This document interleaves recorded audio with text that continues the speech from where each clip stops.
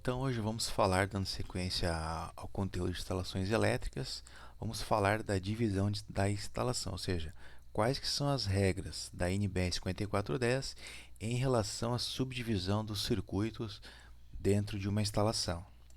Então, primeiro detalhe, todo ponto de utilização previsto para alimentar, de modo exclusivo ou virtualmente dedicado, equipamentos com correntes nominais superior a 10 amperes, deve constituir de circuito independente.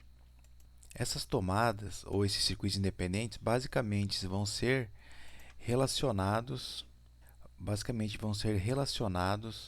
às tomadas de uso específicos. No caso aqui, o nosso chuveiro e a tomada acima do lavatório. Então aqui a gente fez uma tabela. Então a gente tem uma tabela então da subdivisão do circuito, que é a forma mais simples de resolver essa questão. Detalhe, a gente está trabalhando com circuito considerando uma entrada de energia em que a tensão de fase é de 127 volts.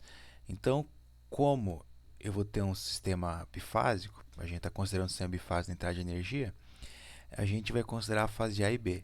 O interessante é a gente subdividir as cargas para que as duas fases tenham uma corrente ou uma carga parecida, mais próximo possível. Então, essa subdivisão, qual fase vai alimentar qual circuito, é em função de subdividir de forma melhor, no caso, a energia que cada um vai fornecer para o circuito.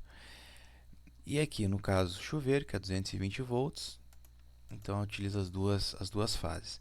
Então, falando especificamente nessa questão dos 10 amperes, então a gente tem o chuveiro, considerou 6.000 volt-ampere, então a gente tem uma corrente de 27 amperes, superior a 10 amperes, então automaticamente tem que ter um circuito específico para ela. A mesma coisa a tomada do lavatório, que a gente considera que vai ser uma tomada para utilização de secador de cabelo, enfim, que deu 31 amperes, então também tem que ter um circuito específico para a alimentação dessa tomada. Os pontos de tomada de cozinhas, copas-cozinhas, área de serviço, lavanderias e locais análogos devem ser atendidas por circuito exclusivamente destinado à alimentação de tomadas desses locais.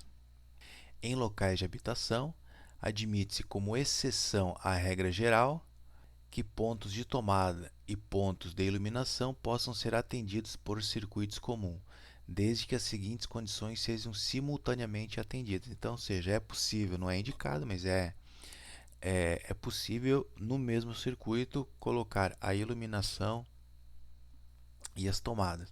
Que a corrente de projeto do circuito comum não deve ser superior a 16 amperes, os pontos de iluminação não sejam alimentados em sua totalidade por um só circuito, caso esses circuitos sejam comuns.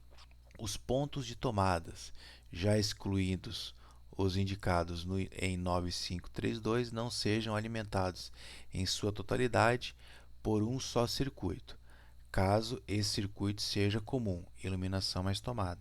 Então, basicamente, essa é a regrinha geral. Então, voltando aqui para a nossa planta, o que foi feito aqui então nessa plantinha, seguindo as regras geral. Então a gente fez a gente dividiu então o circuito de tomada e circuito de iluminação. Então toda a iluminação ela está identificada como sendo o circuito 1. Então somando toda a potência da iluminação, a gente vai ter 1140 volt-ampere a uma tensão de 127 volts.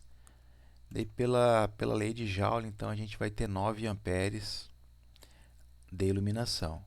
E assim a gente fez mais algumas divisões, procurando não exceder 20 amperes. Então basicamente é isso. Por exemplo aqui, então todas as tomadas da cozinha, que uma coisa que foi uma das regras, que a cozinha deve ter seu circuito específico e o banheiro também. Então as tomadas da cozinha foi feito um circuito específico para isso. Na verdade, dois circuitos específicos para a cozinha.